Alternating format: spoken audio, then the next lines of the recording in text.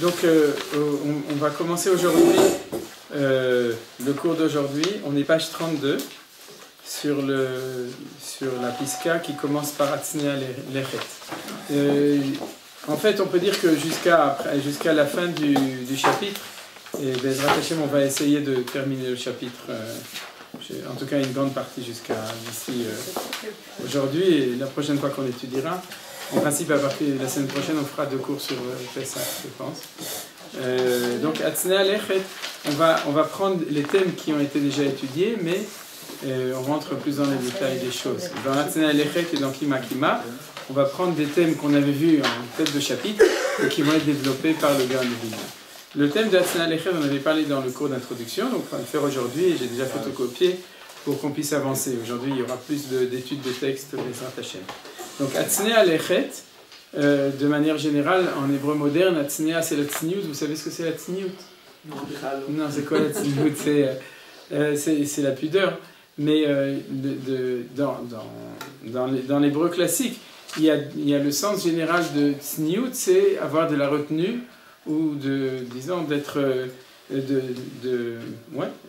d'avoir la retenue. Mais là, Atznea Lechet, c'est dans le sens de tzniut, de ne pas faire trop de publicité sur le processus de Géoula. On l'avait vu dans l'introduction, il y a ça quelques mois, que ce qu'on va tout de suite voir, que le Gaon de Vilna pense et a expliqué que, en tout cas au début du processus de Géoula, il faut faire attention à faire les choses, de plus faire que de parler. D'accord? Parce que le fait de parler, de faire la publicité, peut être plus néfaste que positif. Alors regardez, on va lire le texte.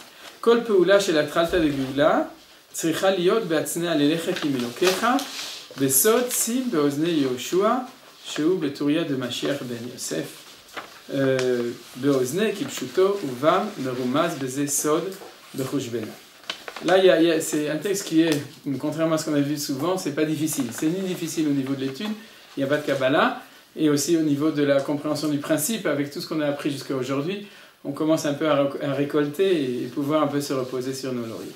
Donc ce qu'il dit, c'est comme ça, que chaque action du début de la Géoula doit être Be'atznea Lechet im Elokecha, c'est le verset qui parle de Tzniut dans le livre de Teilim, qui te dit, et tu dois te conduire avec ton Dieu de manière tsnoua. Alors de manière tsnoua, c'est pas de s'habiller avec pudeur, mais de se conduire de manière discrète. Voilà, c'est ça le mot, avec discrétion. C'est pas la pudeur, c'est la discrétion, avec Hashem Elokecha. Et ça veut dire quoi? Selon le secret, Besod, Sim Be'ozne Yoshua. C'est-à-dire que ce qu'on voit, et c'était le texte qu'on a lu le jour de Purim, quand on parle de Vayavo Amalek, dans Parshat Béchalar, qu'on avait aussi étudié, quand on parle de la guerre contre Amalek, à ce moment-là, à la fin de la guerre contre Amalek, Akadosh Baruch Hu dit à Moshe, dit dans les oreilles de Yoshua, que j'effacerai le nom d'Amalek de dessous les cieux, car Yad al-Kesiam, Ilchamal Hashem va Amalek midor le dor, je prête serment sur le trône de Dieu, c'est Hashem qui dit qu'il y a une guerre avec Amalek de génération en génération. C'est le texte que nous avons étudié, avant Purim aussi, avant Shabbat Zachor, et qui est connu dans Parshat Béchalar. Maintenant, il y a quelque chose de tout à fait bizarre, c'est-à-dire, celui qui a combattu Amalek, c'est Yoshua. Vous vous souvenez, Josué, c'est-à-dire, Kadosh Baruch Hu était sur la petite montagne, assis sur une pierre, avec les mains soutenu. Moshe Rabbeinu. Ah, j'ai dit qui? Kadosh Baruch Hu. Ah, Kadosh Baruch Hu. Il était là-bas aussi, d'accord, c'est Moshe, merci. Et donc, avec Aaron et Hur qui lui soutenaient ses mains. Et à ce moment-là, Hachem, quand la guerre est finie, lui dit, glisse dans les oreilles de Yoshua ce que je viens de dire, c'est-à-dire que je continuerai toujours à faire la guerre. Donc, cette expression est très bizarre. Elle apparaît nulle part dans le Tanakh, mais dans les oreilles de Yoshua. Tout d'abord, pourquoi mettre dans les oreilles de Yoshua et pas dans les oreilles des autres juifs et des autres? C'est pas parce que maintenant il a combattu on doit lui mettre dans ses oreilles. Et puis même si on doit lui parler, pourquoi il y a marqué Sim be'ozne Yoshua? D'accord? C'est-à-dire c'est une expression qui est absolument bizarre. Alors la réponse du Gaon de Vilna dans sa lecture, donc justement, qui est métahistorique, qui est au-delà de l'événement lui-même, c'est de nous rappeler que Yoshua Binoun, il fait partie de quelle tribu? Ephraïm. Donc il est de son temps le Mashiach ben Yosef, logique d'ailleurs, puisque c'est lui qui s'occupe du kibbutz, du rassemblement des exilés du premier temps, puisque c'est lui qui va amener le peuple juif en Israël, le peuple d'Israël, et qui va conquérir la terre. Donc dans l'identification, il est le Mashiach ben Yosef de la rentrée en Eretz Israël.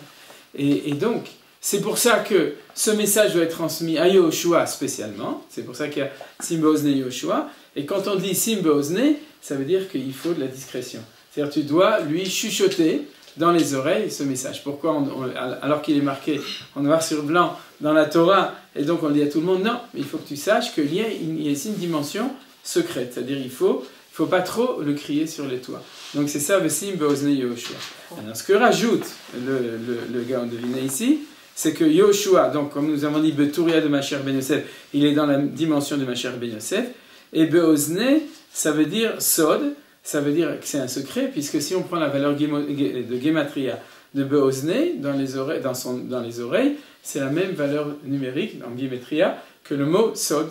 Sod, ça veut dire c'est 70, on ferait le calcul, que 50, oui, ça fait le même compte, ça fait 70. C'est-à-dire que si on mettre dans ses oreilles, c'est que c'est un secret, on l'a compris d'ailleurs quand on a exprimé les choses, mais en plus, ça marche au niveau de la Gematria, d'accord ?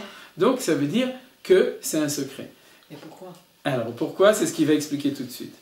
Et de manière plus précise, dans la Géoula, le combat contre Amalek. C'est-à-dire qu'on a déjà vu, le Gaon de Vilna, c'est vraiment, je dirais presque obsessif dans le Kolator, de revenir sur le fait que notre retour en Israël, c'est le retour et le combat contre Amalek. Vous vous souvenez, hein, c'est-à-dire on le voit tout le temps, Amalek, Hermilous, et Esav, Ésaü et le Révra, c'est-à-dire il y a des ennemis qu'il faut combattre et qu'on revient et qui sont en opposition avec nous. Cette semaine, on a vu qu'ils s'appelaient Betsalem, mais en général, ils ont plusieurs noms. Besader, et ça, c'était les événements de cette semaine. Je me demandais comment est-ce que j'allais réussir à placer ça dans le cours, et je vois que ça vient tout seul. Od mirimze rabbeinu, ala pasuk sod Hashem lireav. Donc, dans les autres allusions de notre maître, sur le pasuk sod Hashem lireav, c'est-à-dire que pour ceux qui le craignent, il y a un sod de Hashem. Donc on n'a toujours pas expliqué, mais il y a quelque chose de secret qui est réservé uniquement à ceux qui le craignent. Sod bemiloui, lorsqu'on prend le mot sod et qu'on le fait bemiloui. Alors là, nouveau, on est dans les techniques de la Gematria. C'est que sod, ça écrit samer vav dalet, d'accord ? Et si on fait la Gematria du mot avec son miloui, c'est-à-dire avec les lettres qui est derrière, je crois qu'on avait déjà vu ça une fois. À ce moment-là, Gematria, ça fait Mashiach Ben Yosef. D'accord ? Donc, si Sod, c'est comme ça, alors on a vu Beozne, ça fait Yehoshua, c'est Beozne, Beozne, ça fait Sod, et Sod, ça fait Mashiach Ben Yosef. Chez Aliado, Ba Kibbutz Galuyot, puisque comme nous savons, c'est lui qui fait le rassemblement des exilés. Va'al hapasuk, et sur le verset, Kevod Hashem Aster Davar. Alors, de nouveau, il y a un autre verset qui dit que le Kavod Hashem, le Kavod de Dieu, c'est de cacher les choses. Alors la Gemara, on parle à propos d'autre chose, mais pour le Gaon de Vilna, c'est-à-dire quand on parle de Aster Davar, c'est quelque chose à cacher, c'est le processus de Géoula. De nouveau, on n'a pas encore répondu pourquoi. Aster Davar begematria aliyat hashvatim. C'est-à-dire le mot Aster Davar a la même valeur numérique que aliyat shvatim, c'est-à-dire la montée des tribus, c'est-à-dire que le phénomène de la aliyah doit se faire en secret, c'est-à-dire c'est l'aliyah clandestine. Ça, on peut directement l'identifier au niveau du début de la Aliyah. Ce qui s'est passé, c'est qu'en effet, la Aliyah a réussi souvent de manière clandestine. On connaît à l'époque du livre blanc et tout. Et plus que ça, j'ai vu hier dans le livre de Morgenstern, celui qui a écrit le livre d'histoire sur Aliyah Talmidei Agra, que dans les années 1800, au début du 19e siècle, entre 1800 et 1850, pour faire leur Aliyah, c'est toujours, vous avez entendu aussi des cours de Eliezer sur cette chose-là, sur la Aliyah des Talmidei Agra, mais on s'imagine jamais combien c'était difficile. Et une des choses qu'il y avait, c'est que pour pouvoir faire son Aliyah de Russie et d'Austro-Hongrie à l'époque, il fallait avoir un passeport, c'est-à-dire une permission de sortir, et qu'il ne la donnait pas. Et qu'en fait, pour pouvoir réussir, il demandait un passeport pour faire un voyage de pèlerinage, et il ne revenait pas. C'est-à-dire qu'il ne demandait jamais une permission de sortir pour pouvoir faire son aliyah. Et à un certain moment, les Russes ou les Austro-Hongrois s'en sont rendus compte et ils ont arrêté de donner des visas de aliyah. Donc vous voyez que ces choses-là, la aliyah n'a jamais été facile. C'est-à-dire de devenir en Israël.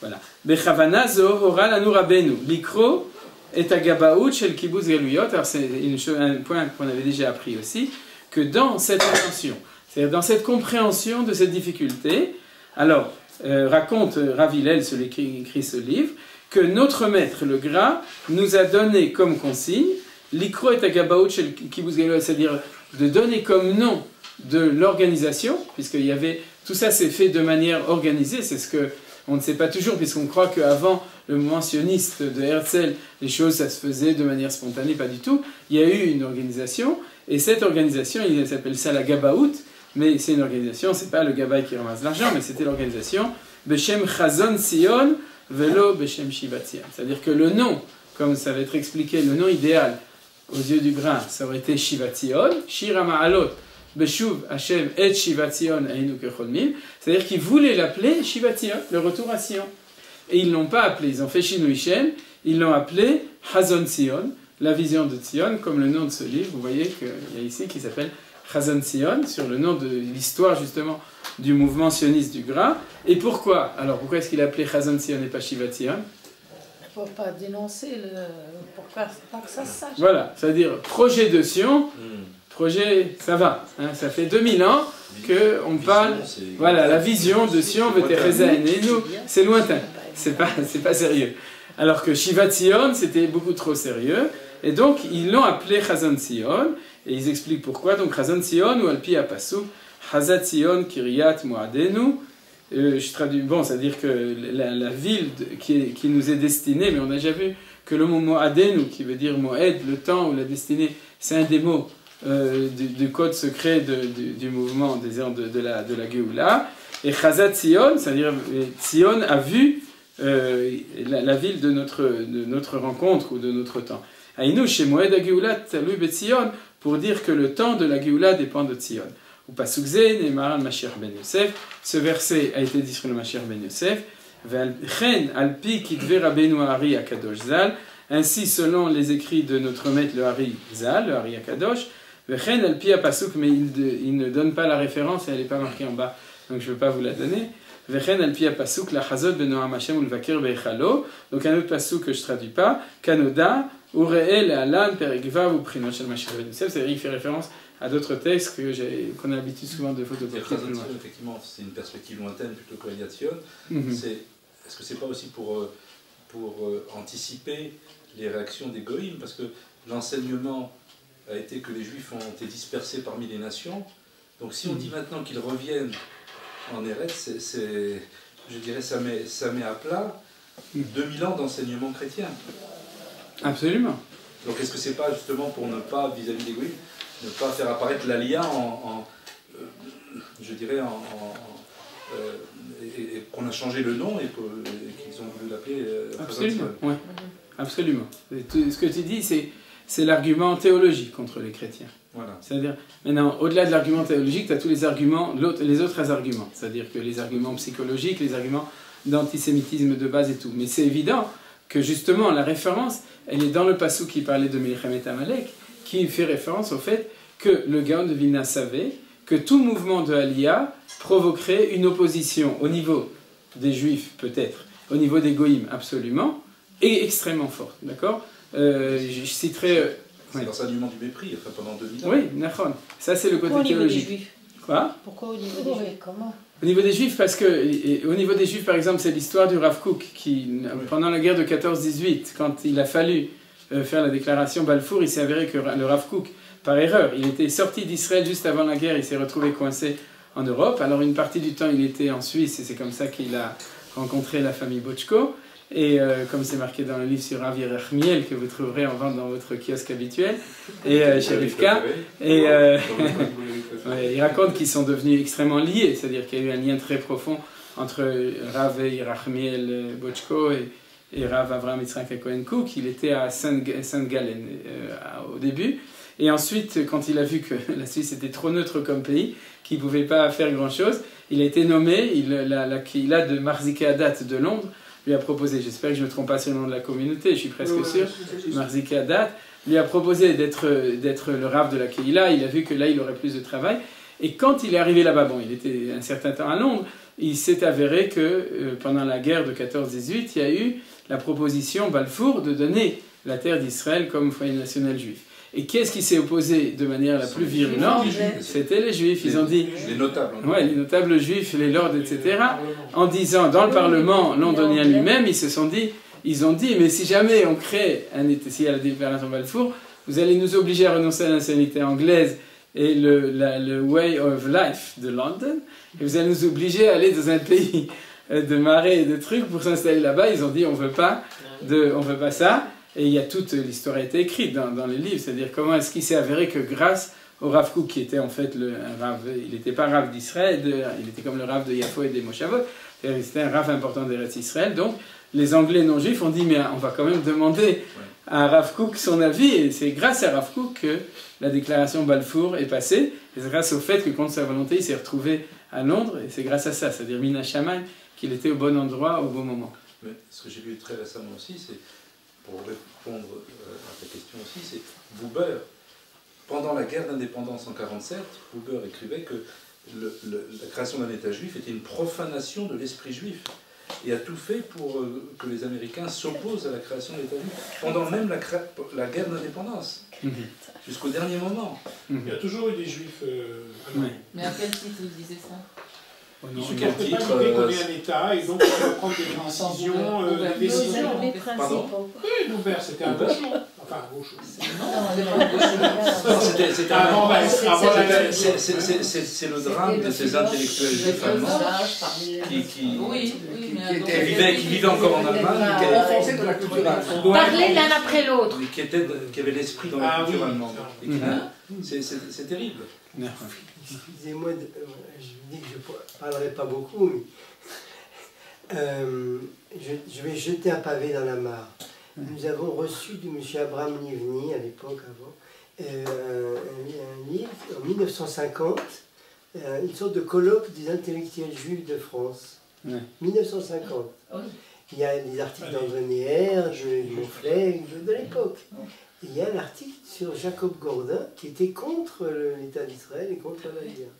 Oui, bon, c'est pas sympa de mettre ça sur Rav Jacob Gordin, mais il faut reconnaître qu'aujourd'hui on ne se rend pas compte combien à l'époque, et par exemple, vous me rappelez aussi, je sais, le livre de la biographie du grand rabbin Schling, Zichrono Livracha, qui reconnaît, dans son livre, il raconte comment Kling, le père de Eli Kling, donc Shilvadel et Chaim Aroufim, bien entendu, et son père qui raconte honnêtement, mais ça on l'a vu, qui raconte honnêtement que quand il était jeune, tout l'effort qui était fait et investi, sauf bien entendu les Chides Goula, comme justement le Rav Kook, la famille de Rav Bochko, Rav Yerachmiel, etc., qui étaient dans un monde de Torah pur et authentique, et donc qui se posaient question à un autre niveau. Mais de manière générale, l'effort de tout le monde... Quoi? Un bouddhaïste. Oui, mais quand même. Non, un bouddhaïste sioniste. Oui, un bouddhaïste sioniste, c'était comme ça. Mais dans le monde, surtout occidental, il faut se souvenir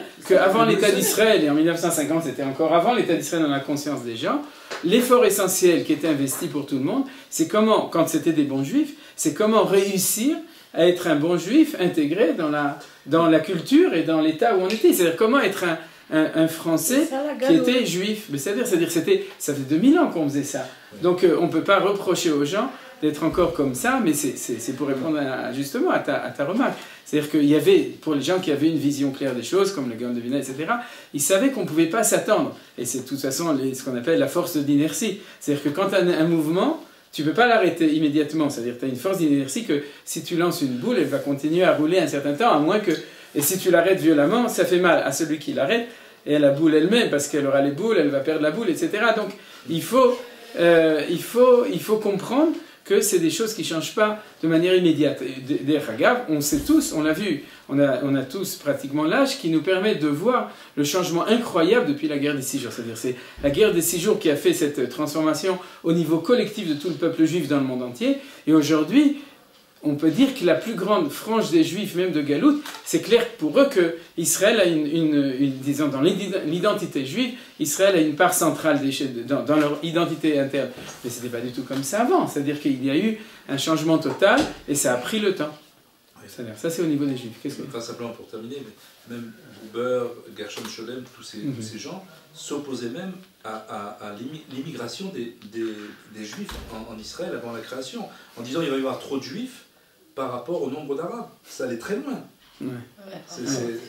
Comme disait Manitou, c'est important de le savoir, parce que c'est eux qui ont fondé l'université hébraïque, et ceux qui ont fondé l'idéologie laïque et gauchisante qui est aujourd'hui en Eretz Israël. Donc il faut savoir d'où ça sort, et c'est pas nouveau.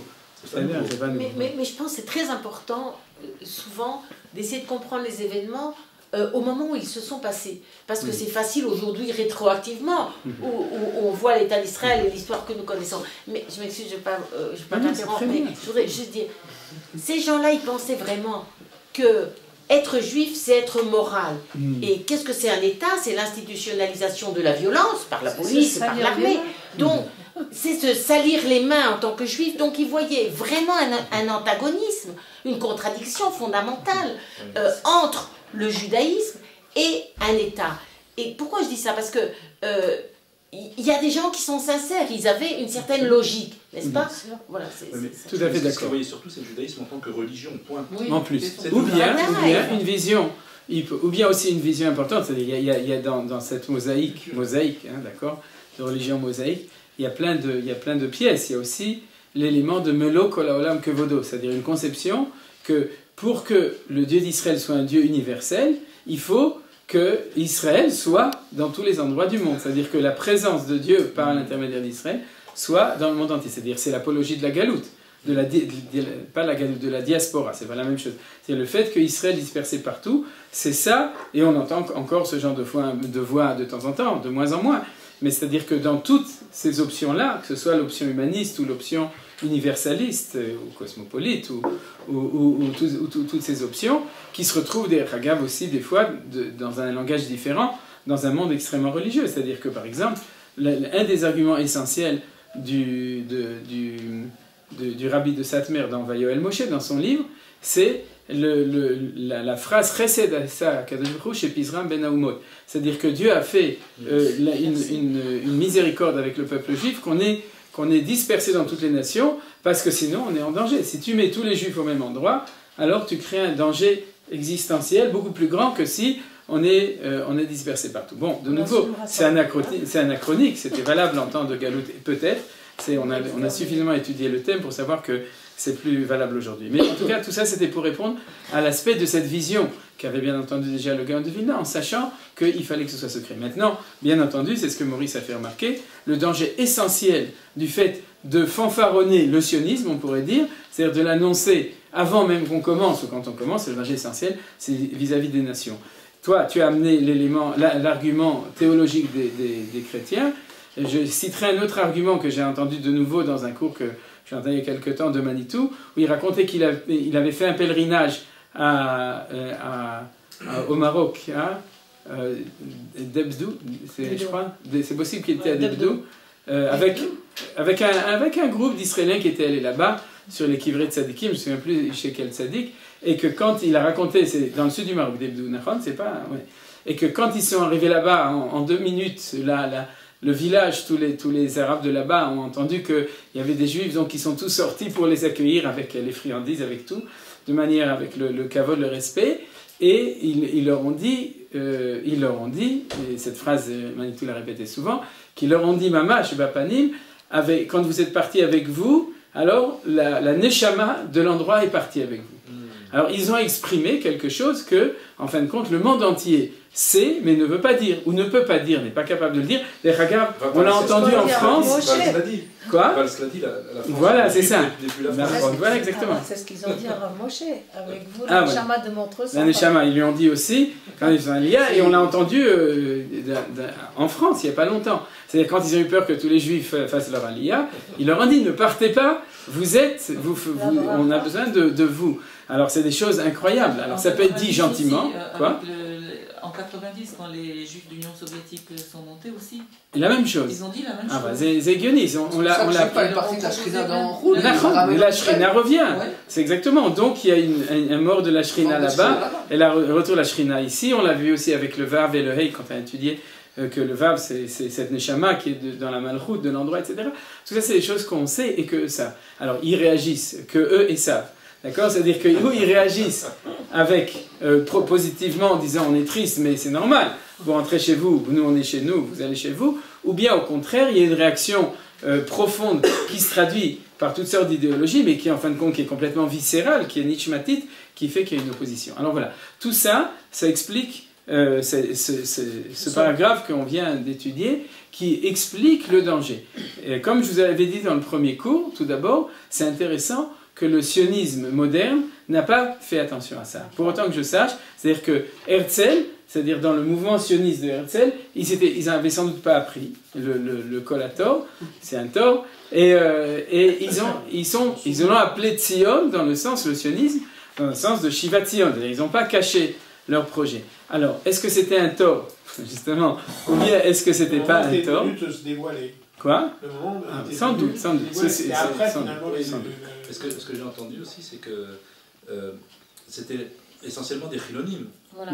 Donc ils n'ont pas créé. Si ça avait été des religieux, ça aurait été plus dur. Ils auraient créé l'opposition des nations.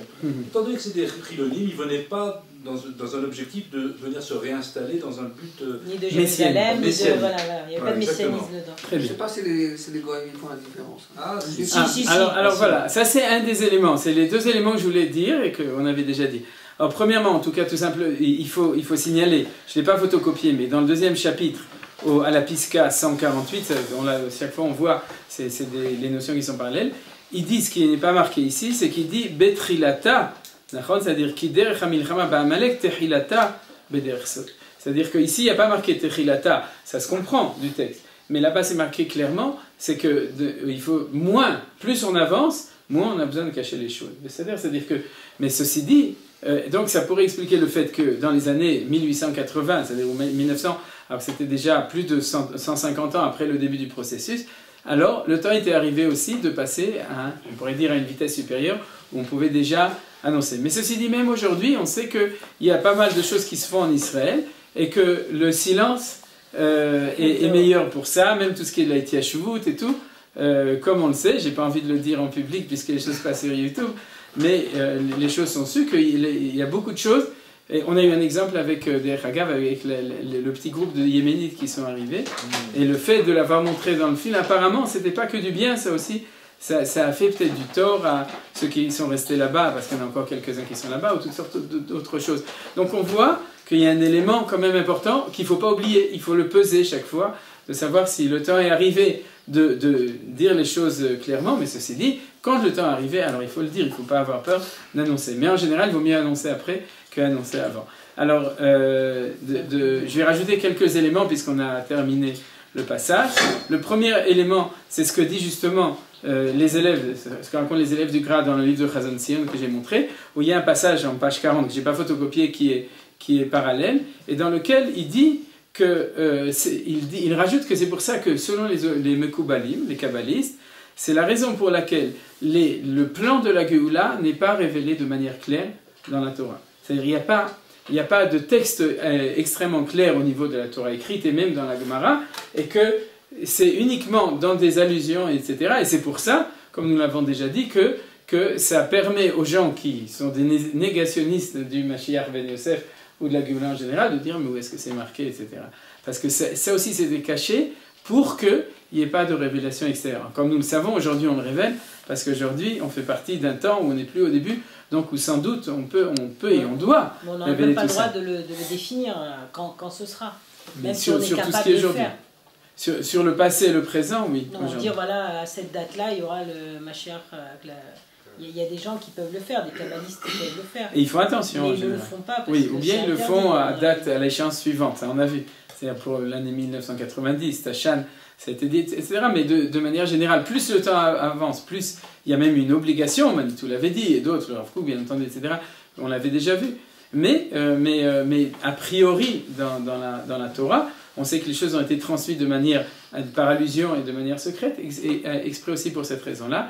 Alors j'ai pensé aussi, on avait vu à l'époque un passouk de Hazinu, et le passouk qui est le précédent, vous avez dans une des photocopies le texte, il y a marqué Allo ukamus imadi hatum botzrotai, li nakam veshilem le tamut raglam.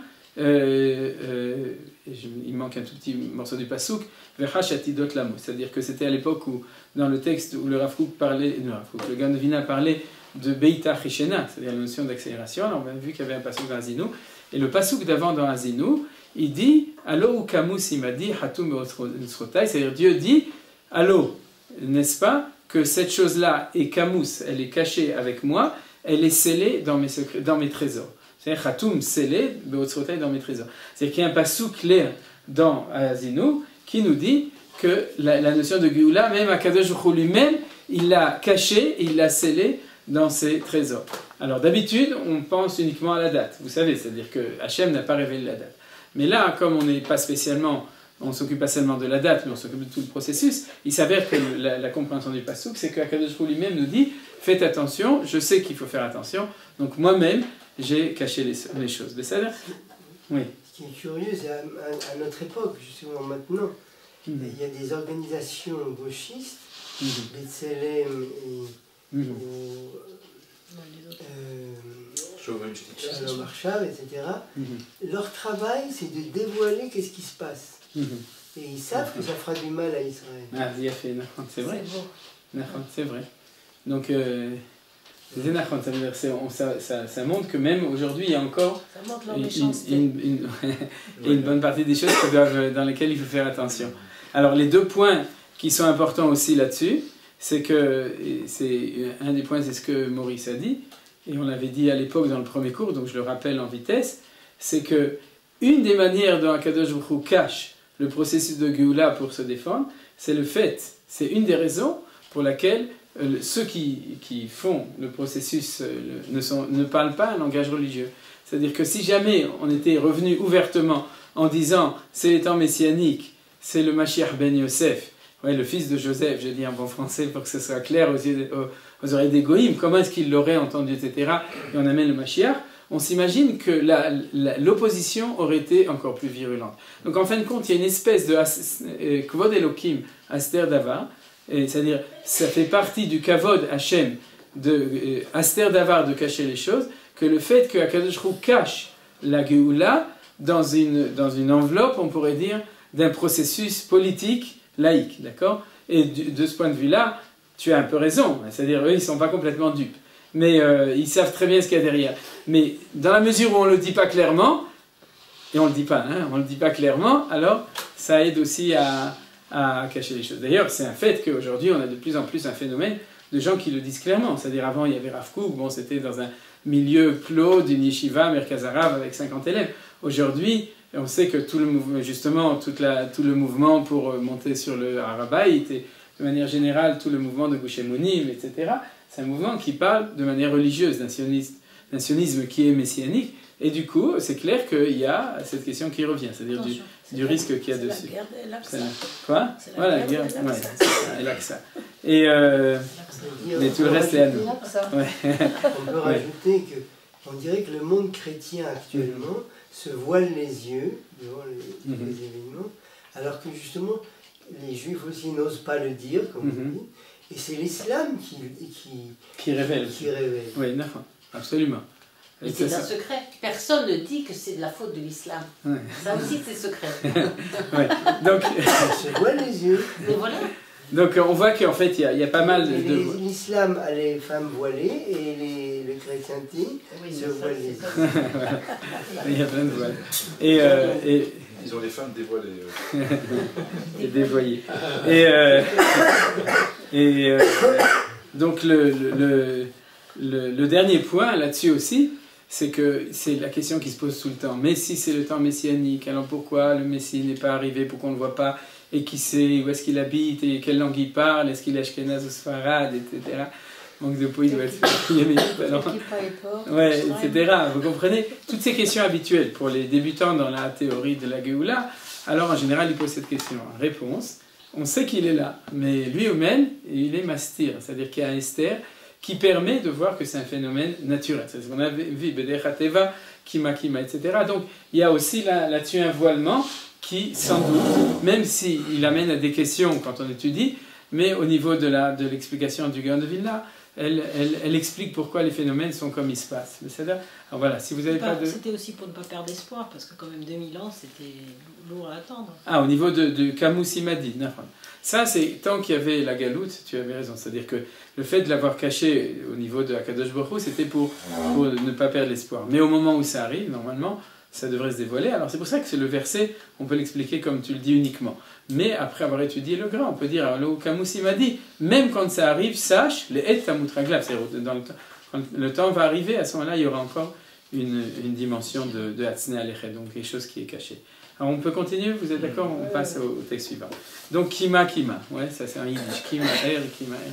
Donc c'est Kima, on l'a déjà appris, c'est-à-dire, mais on va voir ici que le Gaon de Vilna donc va plus expliquer encore cette notion. C'est la notion de la Géoula qui vient petit à petit. C'est-à-dire que c'est pour ça que ça s'appelle Ikveta de Meshicha, vous vous souvenez? Et la traduction du Gaon de Vilna de Ikveta de Meshicha, c'est pas les talons du Messie, mais c'est la politique des petits pas. Vous vous souvenez, d'accord, de ça? C'est-à-dire que Ikveta de Meshicha, c'est un pied après l'autre, tout doucement. Alors c'est cette notion du fait que la Géoula arrive doucement. Pour certains, ça arrive quand même trop vite, mais pour beaucoup, ça avance trop lentement. C'est-à-dire pour nous, on voudrait souvent que ça arrive, que ça avance un peu plus vite. Alors regardez, la Da'at Merosh qui a Tralta de Géoula, Ba Kima, mais et le. C'est-à-dire de savoir. Alors là. Allo Camus, il m'a dit. Quoi? Ouais, Allo Camus. Allo, c'est ça, allo. Ça me fait penser que moi aussi. Donc, la Da'at Merosh. Et ça, c'est un point qu'on a déjà vu plusieurs fois. Que le Gaon de Vilna nous dit pourquoi tu étudies? Pour savoir avant que ça arrive.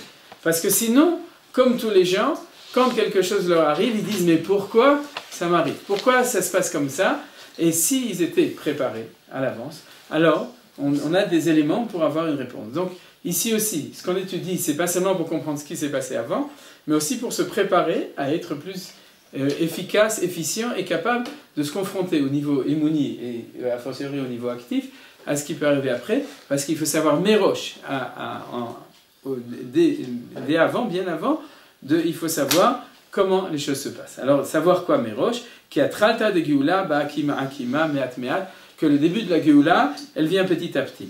Alpi Chazal, et là il amène une référence que la plupart de nous connaissons, et qui est reliée avec Purim, comme ça on ne se sépare pas, on est encore dans la semaine après Purim, mais j'imagine que tout le monde a déjà cuvé son vin. Mais malgré tout, Sod, Gematria, 70 et Yain, Yerushalmi Brachot. Donc il y a dans Yerushalmi Brachot, il y a deux endroits, dans le premier chapitre et je ne me souviens plus, dans un autre chapitre, Kachi Geulatan shel Israël, Kima Ba'a, Ka'elet Hashachar. Donc c'est l'histoire de deux rabbanim, Rav Acha bar Chalafta et encore un autre rab, qui se promenaient dans la Bikat Arbel. Bikat Arbel, c'est juste après Tveria, là où il y a Migdal, mais vous connaissez la ville de Migdal, et entre Tveria et Migdal, il y a une falaise, comme ça, une très grande falaise sur laquelle les gens ils font du parapente. Et cette Bika, donc cette vallée qui monte depuis Tveria, le Kinneret, qui monte comme ça s'appelle la Bikat Arbel, la vallée de Arbel. Et ils allaient là-bas en chemin pendant la nuit, et ils ont vu Ayelet Hashacha, c'est-à-dire ils ont vu l'aube qui pointait du côté du Golan, Ayelet Hashacha. Et quand ils ont vu l'aube qui pointait, c'est le tout début du Yerushalmi, c'est pas par hasard que ce soit dans le Talmud de Jérusalem, et ils ont dit Kachi Geulatam shel Israël Kima Ba'a, c'est-à-dire de même que l'aube pointe petit à petit, de même la Geoula d'Israël, elle vient petit à petit, Ka'ayet Hashacha, comme l'aube, comme le lever du soleil. Qui est chef, et c'est le sujet dont on a parlé la semaine dernière, et on amène le passou, qui est chef Bachoshech, Hashem Orli, Olech Vaor, Ad Nechonayom. Tout ça c'est le passou, c'est-à-dire lorsque je suis assis dans l'obscurité, Hashem me donne la lumière, Olech Vaor qui va de plus en plus avec de plus en plus de lumière, Ad Nechonayom, jusqu'à ce qu'apparaisse le jour, c'est-à-dire le jour jusqu'au moment du lever du soleil. C'est-à-dire que pour le Gaon de Vilna, toute la période de Atrata de Géoula du Mashiach ben Yosef, c'est la période de l'aube. C'est-à-dire, or, ce qui est spécial dans l'aube, c'est que c'est un temps de lumière encore, alors qu'on est encore, d'un certain point de vue, encore dans la nuit. C'est-à-dire qu'il y a la lumière qui apparaît petit à petit dans un temps où on est encore entre les deux. Alors c'est ça qu'il nous a enseigné. C'est-à-dire que c'est pas que tout d'un coup il y aura la Géoula Shlema, comme on pourrait dire au moment de la sortie d'Égypte, ou du jour au lendemain, Kachatzota Laïla, au milieu de la nuit, à ce moment-là on passe de la nuit au jour, de la Galoute à la Géoula, bien que là-bas aussi il y a eu une certaine gradation et préparation, mais malgré tout c'était extrêmement rapide. Par contre, dans la Géoula qui va venir, c'est petit à petit. C'est-à-dire la nuit va se transformer en jour petit à petit, et donc ça vient petit à petit. Alors on continue. La reine, c'est pourquoi Kol Poula Shel Atralta, Yesh Latril, Afilu Bime'at, Alpi Akatuv, Echad Meir ou Shnaim Mishpacha. C'est pourquoi chaque action de début, il faut la commencer même avec un tout petit peu, selon le passou qui dit, Akadosh Baruch Hu dit, je vais venir vous prendre.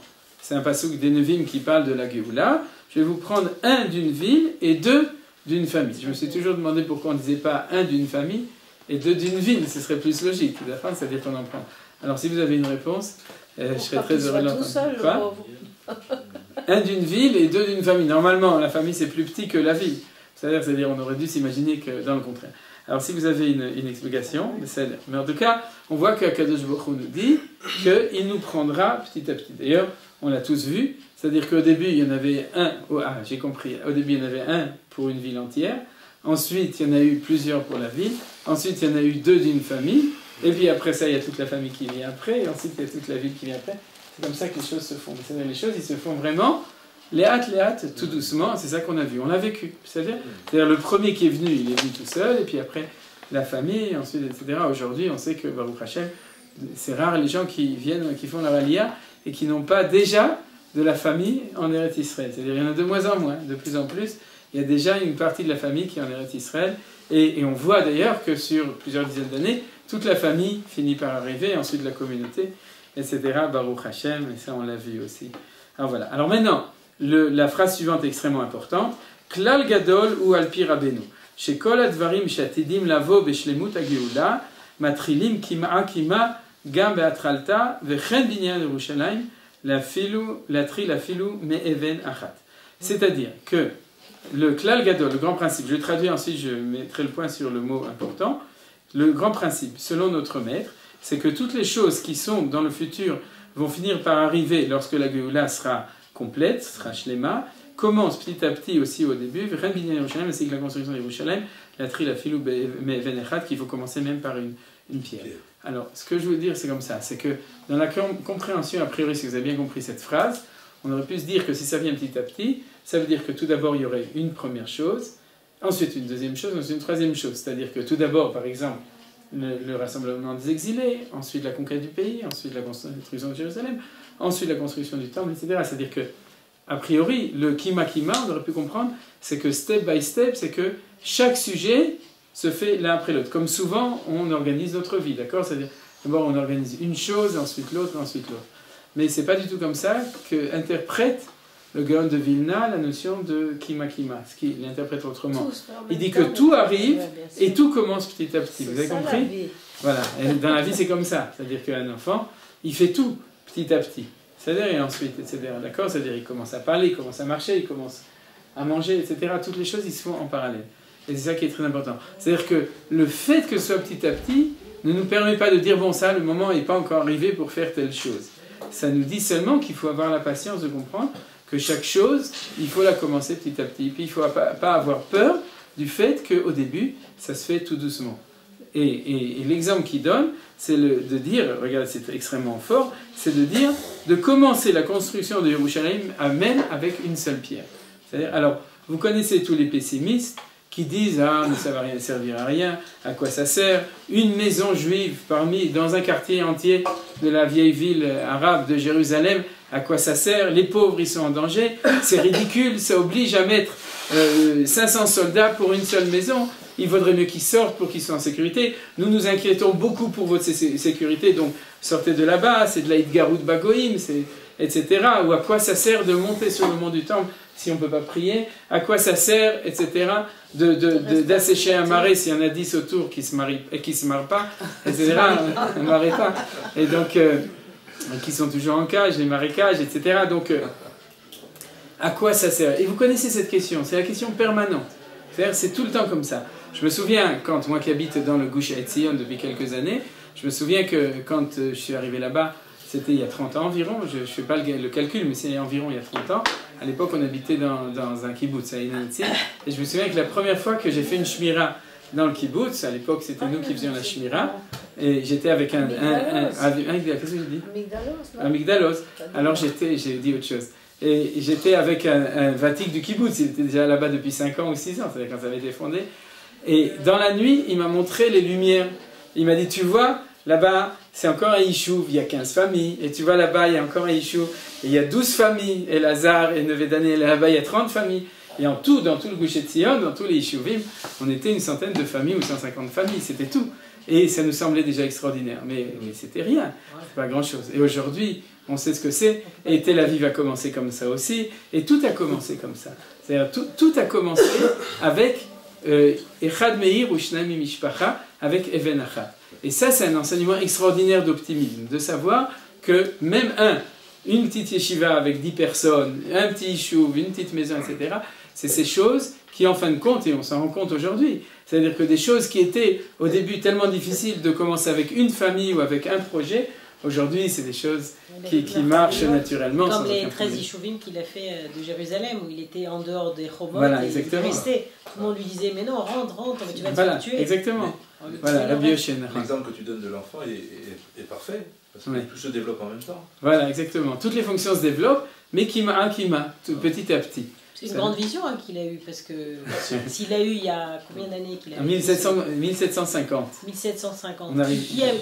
Qui aurait pu dire qu'on serait venu comme ça, une famille, deux familles, et que ça se fera comme ça, quoi. Oui, absolument. C'est une vision extraordinaire. Parce que souvent, on a toujours le truc. On ne croit que dans les choses qui réussissent, c'est-à-dire les grands phénomènes, le grand truc, etc. On ne croit pas à ces petites choses. Et ça, c'est vraiment... D'ailleurs, comme vous avez appris aussi, l'Aliyah des Talmidei Agra eux-mêmes, au début des années 1800, 1804, c'était 17 personnes. C'était ça, l'Aliyah, le processus sioniste du Gra. C'est-à-dire, c'était... On rigole maintenant. Oui, on en rigole aujourd'hui, mais c'est... Il n'y a pas 500, non? Avec le Gra, il était 500 cellules. Voilà. L'être humain, comme dit maman, l'être humain commence avec une cellule. Bah ouais. C'est-à-dire, voilà. Top, ok, c'est-à-dire. Donc, alors donc, on continue. C'est ça l'enseignement essentiel qu'on a appris aujourd'hui, qu'on n'avait pas appris avant. Parce qu'avant, on savait que c'était une politique de petits pas, qu'il fallait Ikveta de Meshicha, c'est un pas après l'autre, mais on ne savait pas combien c'est important de tout commencer, et Veladat Merosh. C'est ça la notion de savoir Merosh. C'est-à-dire d'éviter tous ces écueils habituels de tous les gens, mais à quoi ça sert, tu t'installes tout seul, ça va servir à rien. Il y a tellement d'exemples, je ne sais pas, aujourd'hui, bon, il y a les exemples comme vous avez cité de l'époque du Gra, mais encore aujourd'hui, il y a tellement d'exemples de jeunes qui s'installent à 3 sur une petite colline, ou toutes sortes de choses, qui sont dans le même illogisme, d'accord, de cet argument, mais à quoi ça sert, etc. Alors il faut savoir que ça sert. Voilà. Et alors on continue. Il amène donc cette preuve. Alpi akatu veneni yasad betzion even bochan. Donc il amène un pasouk. J'ai pas ici en bas la référence, mais c'est pas grave. Ineni yasad dit à Kadosh Baruch Hu, je vais fonder betzion à Tzion, even une pierre, even bochan une pierre de bochan. Bochan, ça veut dire examen, d'accord? Alors c'est quoi? C'est les examinateurs du test de conduite. Voilà, il y a toute voilà, il y a toutes les nouvelles dans le texte qu'on est en train d'étudier, mais c'est pas de ça qu'on parle. Mais alors c'est quoi cette notion? Le fait que dit à Kadosh Baruch Hu, je vais commencer Tzion, c'est-à-dire Tzion, c'est et en même temps le sionisme, et en même temps Yerushalayim lui-même avec une pierre, c'est-à-dire, et ça vous rappelle d'ailleurs que Kol HaMeseama Chatan Vekala, Kilou Bana Churva Achat, c'est-à-dire que tu reconstruis, il y a énormément d'actes qui sont liés avec le fait de reconstruire, de mettre une pierre dans la reconstruction d'Yerushalayim. Et c'est quoi une even bochan, une pierre d'examen? Alors il nous explique. Alors écoutez bien, vous verrez qu'il y a even azot i le mifran, le chiach et aratzon libnot Yerushalayim, ou le archiv mekom oalav Hashem esaya beyadenu. C'est là qu'il y a l'épreuve. C'est-à-dire l'épreuve, c'est quoi? C'est d'être capable d'en mettre une et de ne pas dire ça sert à rien. C'est-à-dire de prouver que ta volonté est réelle par le fait que tu fais, même si tu ne peux pas savoir comment ça va réussir après. Et tu preuve et épreuve. Ah, il y a fait c'est marrant parce que c'est la phrase typique de la jeunesse de et à quoi ça sert, et à quoi ça sert. Parce que c'est dans le parce que c'est parce qu'ils sont dans la mentalité, on pourrait dire occidentale, moderne, immédiateté, et puis il faut que ça réussisse, il faut que ce soit c'est-à-dire rentable, la rentabilité, etc., toutes sortes de choses comme ça. Et le sionisme, c'est pas de la rentabilité. Ça peut pas être de la rentabilité. C'est-à-dire, c'est pas possible. Si, c'est, en fin de compte, mais c'est pas comme ça. C'est de l'investissement. Voilà. C'est-à-dire, c'est l'investissement. Kiev et Nazot, donc, c'est cette pierre, c'est ça, la mise à l'épreuve ou à l'examen, l'ochiar pour prouver, le ratson, la volonté de construire Yerushalayim et de l'étendre, l'endroit de sa tente, et Hachem Yisraël Be'adenu. Il faut savoir que Hachem va nous aider. Alors ça, c'est aussi le point important. C'est que, comme vous vous souvenez, Akadosh, on l'a vu déjà dans Asav et Tzliach, Akadosh nous demande de le faire nous, mais il ne nous demande pas de tout faire. C'est-à-dire que pour une action qui est faite, c'est-à-dire une quantité, une mesure d'action qui est faite par l'homme, il y a 100 fois plus ou 1000 fois plus qui est investi par Akadosh Baruch Hu. Mais il faut faire ce qu'on appelle Yetzirat Kelim. C'est-à-dire il faut créer les réceptacles dans lesquels Akadosh Baruch Hu va mettre la bracha, le siyata d'Ishmaï, etc. Et ça, on le voit. On pourrait dire, chacun doit apporter sa pierre. Sa pierre, voilà. Et ceux qui sont encore en galoute, c'est pierre qui roule. La base pas boule. Voilà. Ou bien les Rolling Stones, c'est pas ça notre musique. D'accord. C'est les Avnei Kotel. Et Gam Besod, alors il nous amène encore une référence, et cette référence est extrêmement importante, parce que c'est une référence Minatora, Vetna Laliti, je vais avancer doucement. Qu'est-ce qu'il a dit? C'est lorsque Yaakov rencontrait Ésaü, Esav lui dit, viens, je vais t'accompagner, et on va aller manger un petit repas chez moi, je t'invite. Il dit, va, avance, et moi j'avance tout doucement au rythme de mes enfants, jusqu'à ce que j'arriverai chez toi, et à ce moment-là, on se réglera notre compte. Et nos sages nous disent que ce sera à la fin des temps, où il y a marqué Va'alou Moshim Be'artsen Lishpot et Esav, c'est-à-dire qu'on montera sur la montagne de Tzion, pour Lishpot et Esav, pour régler le compte, c'est-à-dire pour avoir la conclusion du compte de l'histoire entre nous et la montagne d'Esav. Et il dit Yaakov et Na'alaleiti, j'avancerai doucement. Donc, ça prouve que les choses avancent doucement. Maintenant, il faut aussi dire, par exemple, que vous savez qu'au moment du Gush Katif, il y avait une phrase qu'avait dit, je crois que c'était, comment il s'appelait, de Kohatzion, Porat, Rav Hanan Porat, Zichrono Livracha, Am Israël enom mefached miderech haruka. Vous vous souvenez ou non? Et on en a fait aussi une chanson, le peuple juif d'Israël n'a pas peur d'un long chemin. Alors ça, c'est basé sur cette idée-là. Mais d'un autre côté, comme on a vu avant au niveau de la discrétion, quand le temps est arrivé d'accélérer, alors on n'est pas obligé de faire l'idéologie de la lenteur des choses. C'est-à-dire qu'on n'est pas à Kadosh Baruch Hu et lui, il fait que les choses sont lentes, mais nous, on a le droit de demander, c'est ce qu'on va tout de suite voir dans la suite. Sha'alnu et Pirabenu, voilà, maintenant on est dans les histoires. On a demandé à notre maître, Madouat Sreatralta Liod Davka Kima Kima, pourquoi la Géoula du début doit être Kima Kima petit à petit. Alors ça prouve aussi que les élèves juifs, c'est pas parce que le maître dit qu'ils sont obligés d'accepter. Ils lui ont dit, mais pourquoi? Lama. C'est pas parce que tu nous amènes des preuves, ça va être comme ça. Et pourquoi ils lui ont demandé ça? Parce qu'il était impatient. Parce qu'il était impatient, parce qu'à partir du moment où eux, c'est-à-dire ceux qui adhèrent, Mashiach, non, mais c'est très humain, on fait partie de ce mouvement.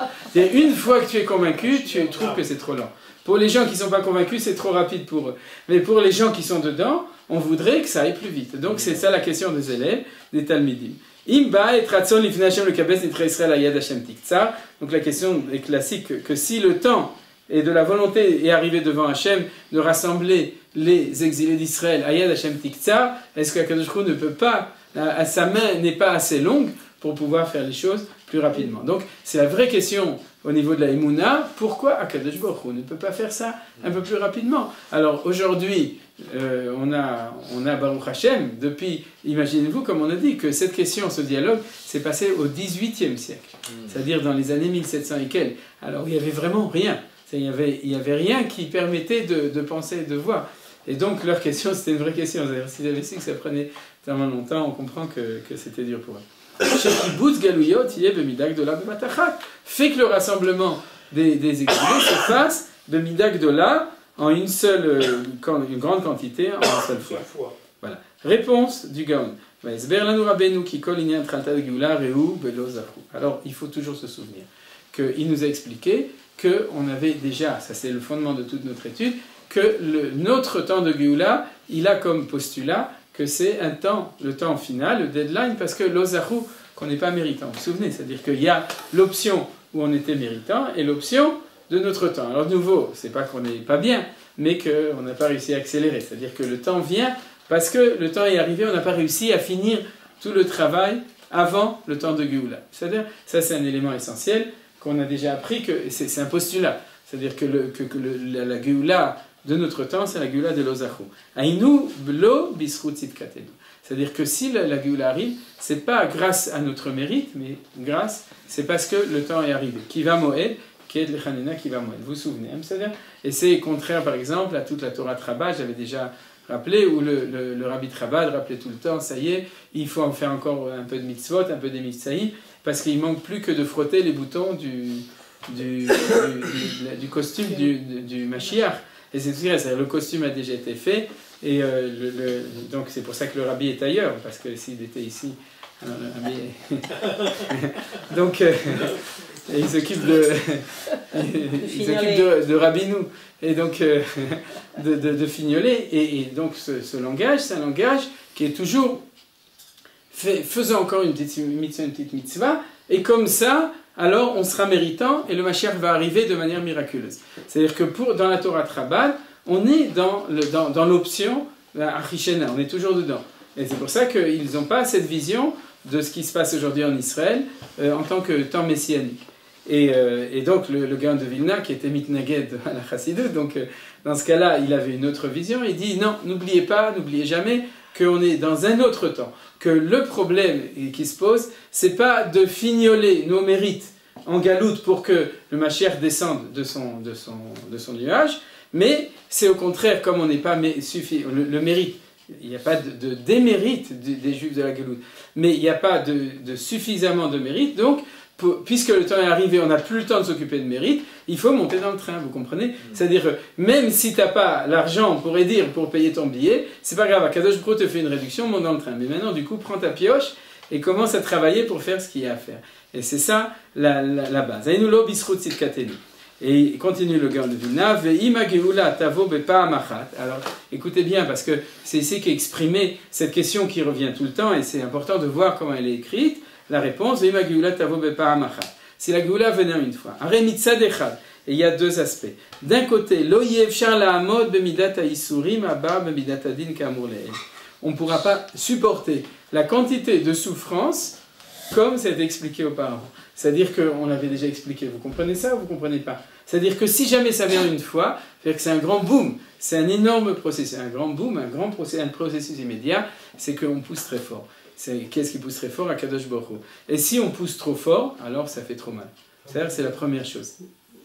Comme il dit, le bras c'est long, mais pas nous. Voilà, exactement. C'est-à-dire c'est-à-dire, dans la mesure où c'est Beïta, de nouveau, si jamais ça se passe de manière complètement miraculeuse, c'est possible. Mais comme la Géoula vient pour toutes les raisons qu'on a déjà appris, c'est-à-dire de manière naturelle, si de manière naturelle, Hachem faisait les choses de manière trop accélérée, à ce moment-là, accélération égale réaction ou énergie qui sort, et donc c'est ce qu'on appelle midatadin, c'est-à-dire que ça deviendrait trop, ça ferait trop mal. Et l'expression, on l'avait déjà dit, c'est-à-dire que si jamais tu veux faire avancer quelqu'un et que le monde n'est pas prêt, c'est-à-dire lui n'est pas prêt, le monde n'est pas prêt, si tu pousses trop fort, tu risques de tout casser. C'est comme la Seret Adipot. Oui, exactement. C'est-à-dire que quelque chose qui est trop grand, qui descend une fois, c'est la notion de kfia, etc. Quelque chose qui n'est pas... Il y a une midat hadid, d'ailleurs, Vaïdeber Elohim. Il est marqué que c'est Elohim qui a parlé à ce moment-là, bien que c'est Hachem qui s'est révélé, mais il y a une valeur comme ça, et donc c'est une des raisons. Donc il faut comprendre.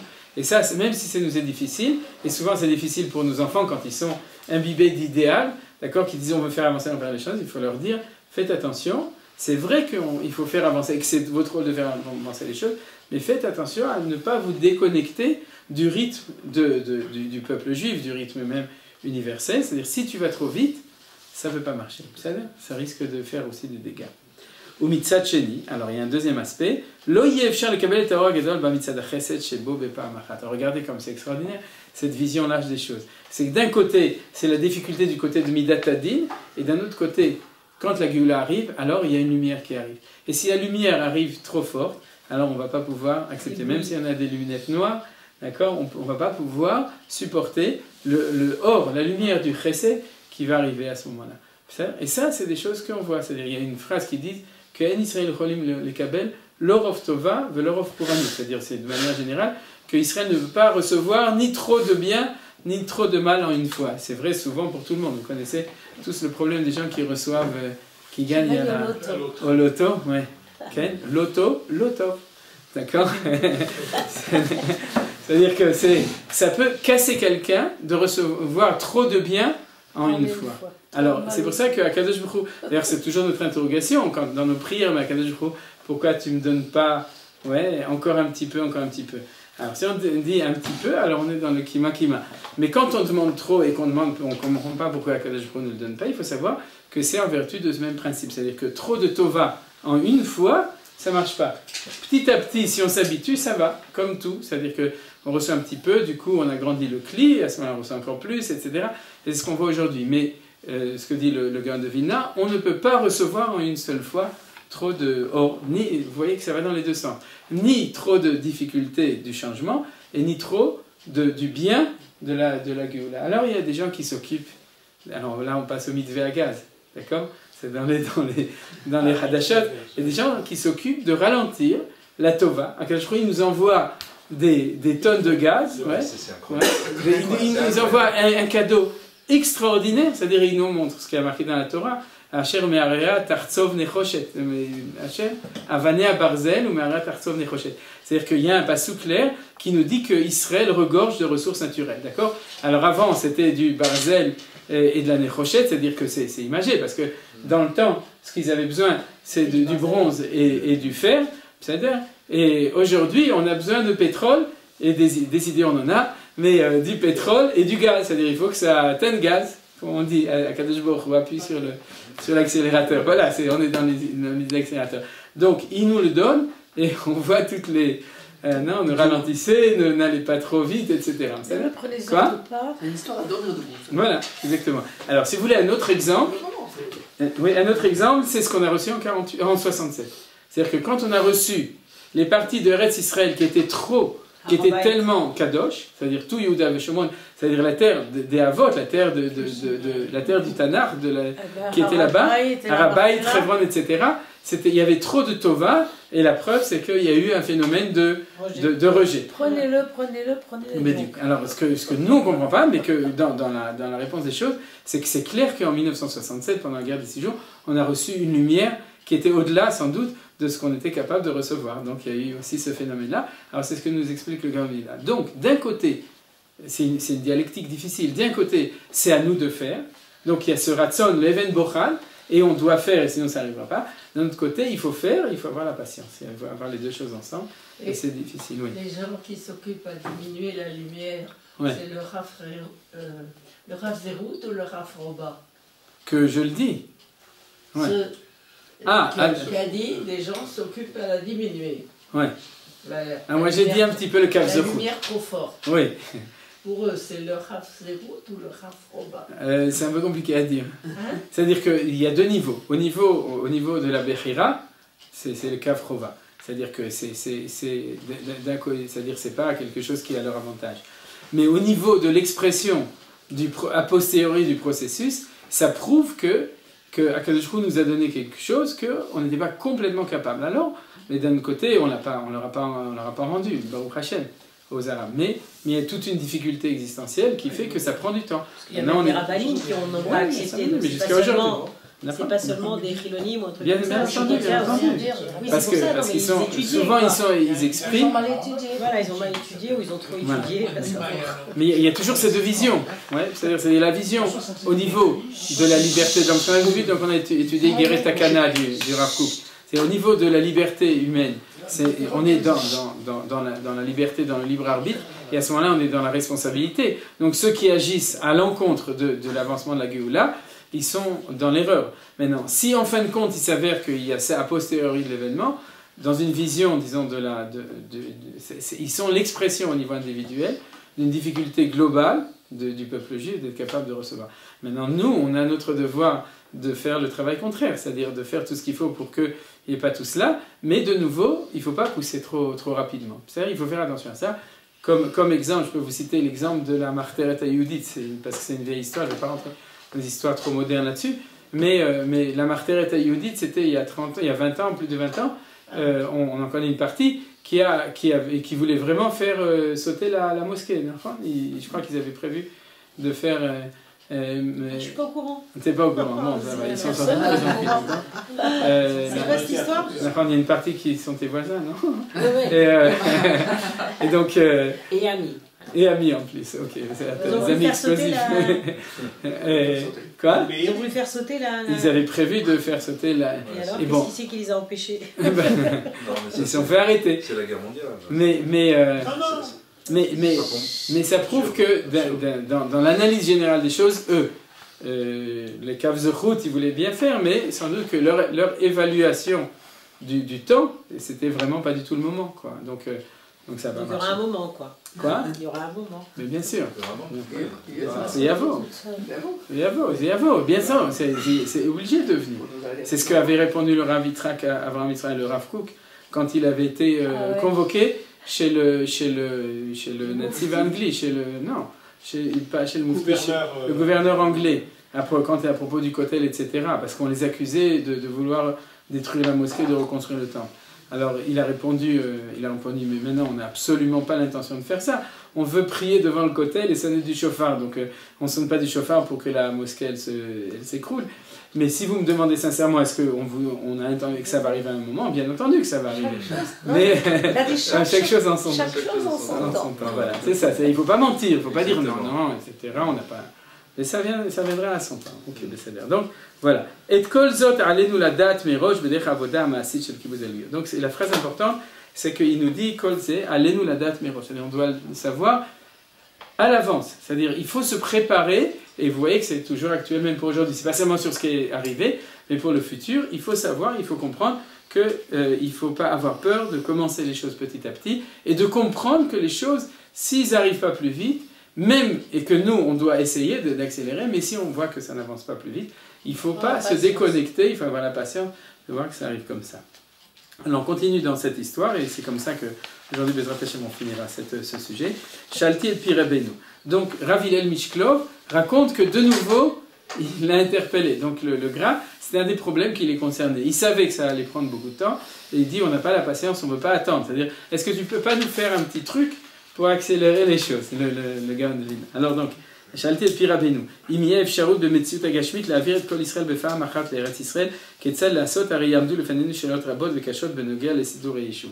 C'est-à-dire qu'ils n'ont pas laissé tomber. Eux, leur problème, c'était pas le problème du gaz ou du Harabait, leur problème, c'était le rassemblement des exilés. C'était ça, le Kibbutz Eliyot, on voit que le Gaon de Vilna en parlait tout le temps, parce que c'était vraiment le problème. Comment réussir à faire décrocher tous les Juifs et les ramener en Eretz Israël. Et donc, ils ne se sont pas démontés, et ils lui ont demandé, si on arrivait à ramener tous les gens, on aurait tellement de problèmes, comment est-ce qu'on réussirait à les résoudre? Vous voyez qu'ici, on est dans la réelle politique, c'est ça qui est extraordinaire dans cette phrase. Même la tournure de la phrase. Qu'est-ce que, dans un milieu religieux, on serait attendu à ce que le Gaon de Vilna dise? Hachem Yahazor. Nachon, c'est lui qui le fait, ça va s'arranger, il peut faire les choses, etc. Vous connaissez peut-être la blague une fois, il y a un khatan, futur khatan, qui rencontre son beau-père, et le beau-père s'assoit avec lui et qui lui demande et comment tu vas te débrouiller pour la parnassa? Il répond Hachem Yahazor. Et pour la maison, Hachem Yahazor. Et pour le travail, et pour la voiture, Hachem Yahazor. Et alors après, le beau-père dit à sa fille, non, je ne veux pas de ce chidour. Alors là, on lui demande pourquoi il me prend pour le bon Dieu.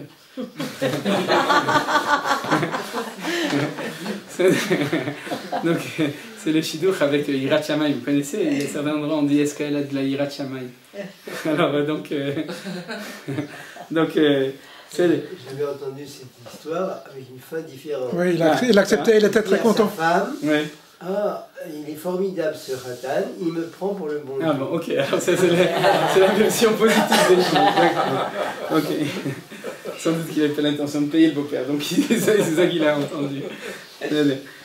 Donc, en tout cas, on s'attend dans un milieu religieux que la réponse du gras c'est Hachem Yahazor.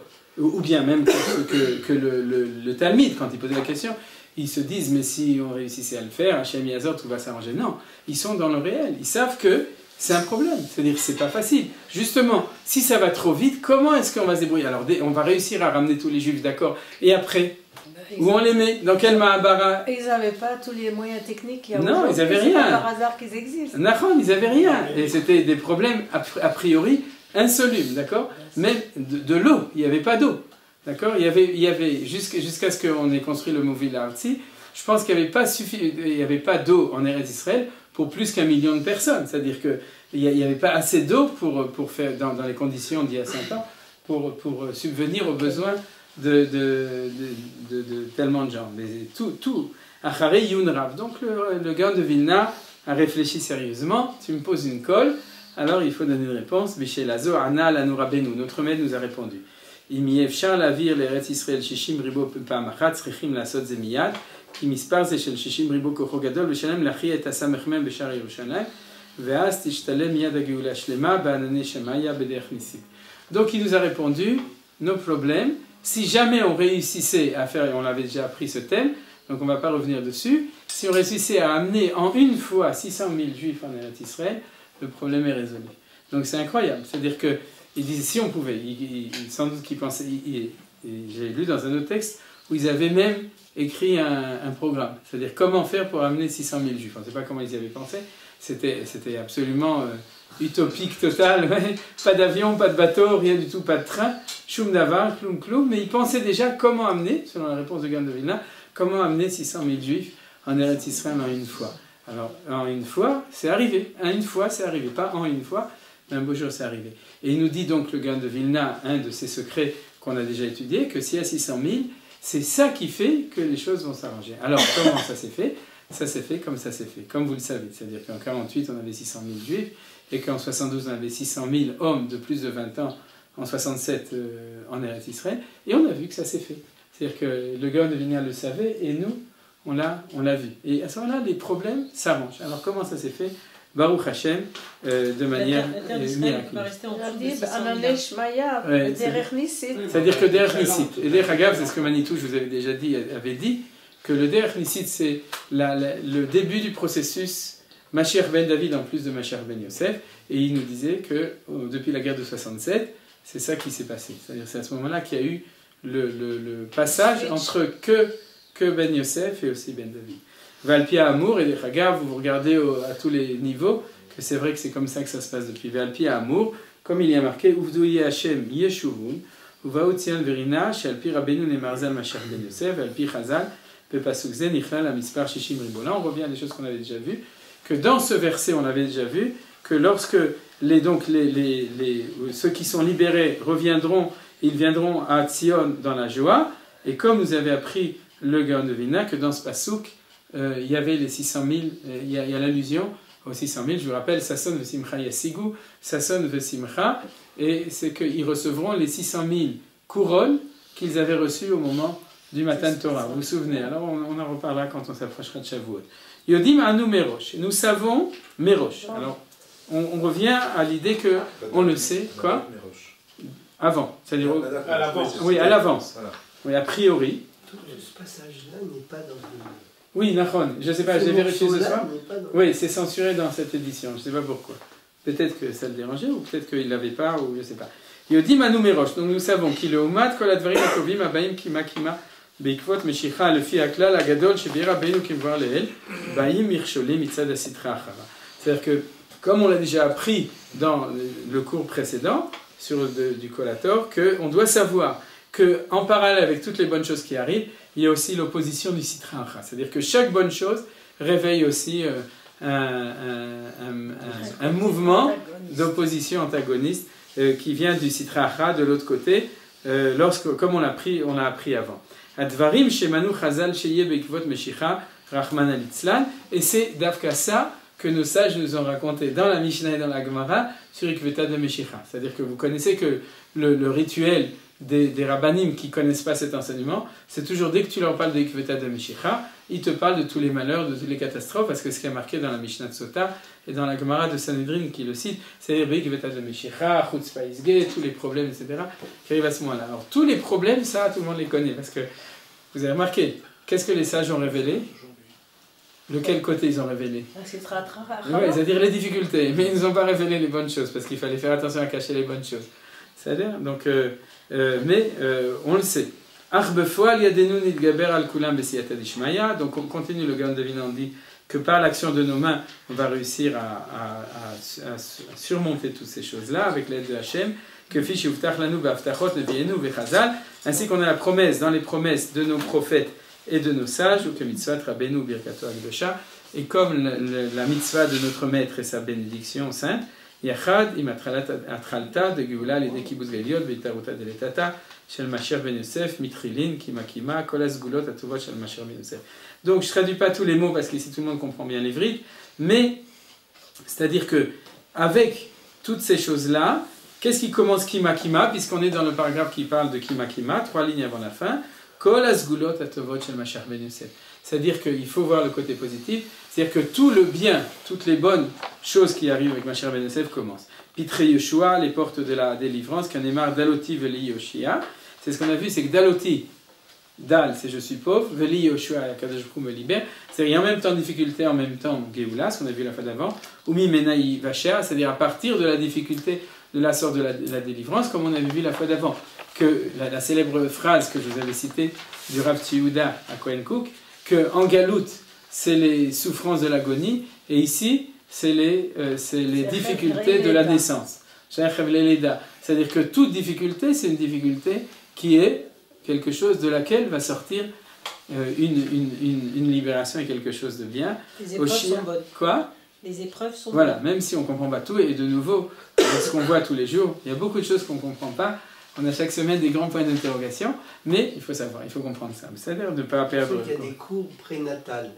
Voilà, ouais. Ah voilà, c'est Méroche, c'est-à-dire, c'est préparation à l'accouchement. Maintenant on est déjà post-natal. Oshia Hashem Meshicho, Shenemar al Mashiach ben Yosef, Tzinor Atov. Donc le Mashiach ben Yosef, c'est le conduit du bien. Shut Atzatz Besod Aroetet Bachalom. Alors on a tourné la feuille, ce qui est un grand événement. Selon le secret, Aroetet Bachalom. C'est la nouvelle feuille. Où il ne faut pas tourner, il faut prendre l'autre que je vous ai donné aujourd'hui. Selon le secret de celui qui voit Tet Bachalom. Alors on dit que Tet, il explique à un autre endroit, c'est Itzpe le Tov ou Itzpe le Shua. Alors tout ça c'est la Kabbalah, donc je ne traduis pas. Vechen Birkat Kel Shaddai. Je ne sais pas exactement ce que c'est Rachet Tevot, je n'ai pas réussi à les déchiffrer. Mais ainsi la bracha de El Shaddai, parce qu'on sait que ce nom de Dieu, c'est celui de la Sphira de Yesod, c'est-à-dire celle du Mashiach ben Yosef. Des Gdusha qui est dans la Gdusha, Vecholele Beyado Shel Mashiach ben Yosef, et tout ça c'est dans la destinée du Mashiach ben Yosef, ou Benehora est selon la lumière du Mashiach ben Yosef, Bedor Acharon dans la dernière génération, Sheu Oro de Rabbeinu Haolech Vaor Anachon Hayom, qui va de plus en plus jusqu'à ce que le jour apparaisse, c'est ce qu'on a vu au début de l'étude, c'est-à-dire qu'il y a l'aube, et puis jusqu'à ce que la lumière, qui est Mashiach ben David, apparaisse. Voilà, donc on s'arrête aujourd'hui ici. Bezrat Hashem, on a appris un peu plus vite, et comme ça, si Dieu veut, on finira le premier chapitre, et je pense que c'est comme ça qu'on aura fini l'étude du Kohator cette année. Il y a des textes qu'on a vus avant qui vous avez pris plus de temps, cette fois-ci, c'est plus dans une lecture, on récolte ce qu'on avait investi. C'est franchement génial. Ah, oui. On se dit, est-ce qu'on est petit, franchement, on est impressionnant. Oui, c'est impressionnant. C'est impressionnant dans une vision et dans une précision de l'analyse qui est valable pour nous de notre temps. C'est ça qui est important. Des fois, on peut étudier d'autres textes dans lesquels on a des grandes idées. Mais ici, il y a une espèce de clarté, une rigueur dans l'analyse des événements et qui sont censés, si Dieu veut, puisqu'on l'étudie, qui sont censés nous aider. Et que nous, on voit. Et on le voit, mais il faut savoir aussi mettre les mots dessus, l'expliquer. Et regarde, même ce genre de choses, on est capable de le traduire dans un langage qui peut aussi aider d'autres gens à mieux le vivre, mieux le comprendre et mieux se comprendre.